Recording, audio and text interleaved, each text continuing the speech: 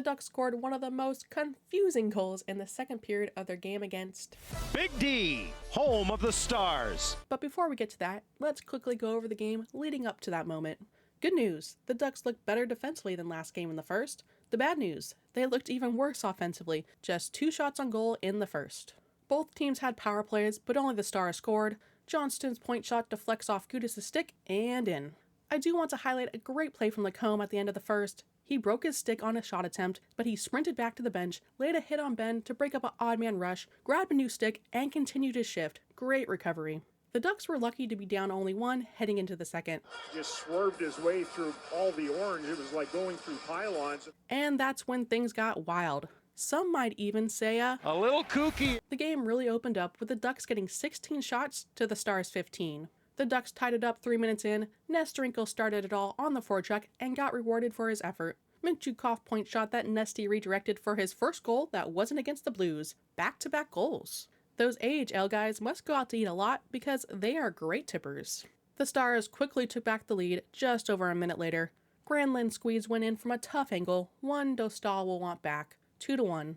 Now it's time for the confusing goal, but let's set the stage. After a string of penalties that put the Ducks on the PK, then 4-on-4, then 4-on-3, then Gudis paid the price to give the Ducks a 5-on-3. With 7 minutes left in the second, Terry to Strome down low. Strome tried to pass to McTavish, but his pass got deflected through Otter's 5-hole, and Carlson tapped it in. But wait, the ref blew the whistle before it crossed the line. Oh boy, that's a quick whistle that's going to cost Anaheim a goal. All the referee can say, I made a mistake. If he's smart.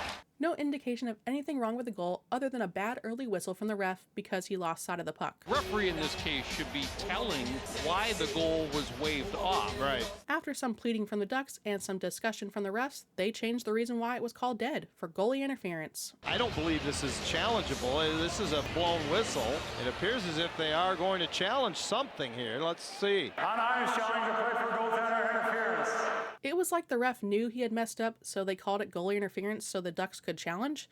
I ain't complaining, but it was confusing. It clearly wasn't interference, so good goal. With an assist on that goal, Terry extended his streak to 4 consecutive 50-point seasons too. Then, another confusing moment, Carlson was slashed on a breakaway. After a long 6-on-5, he was awarded a penalty shot. Oh, wow, and they're giving a penalty shot to Leo Carlson. Oh my. I did not see that coming. The refs be calling in our favor. It was weirding me out. Carlson went to his signature shootout move, Ducks up 3-2. At 20 years and 82 days old, Carlson became the youngest player in Ducks history to score a goal on a penalty shot. The previous record holder, Sam Steele, on the other side. Talk about a response in the second. 3 goals in 3 different ways. An even strength goal, a power play goal, and a penalty shot goal. And when the games open up, that style of game suits them, and they all of a sudden become a much more dangerous team. Unfortunately, the Stars tied things up 5 minutes into the third.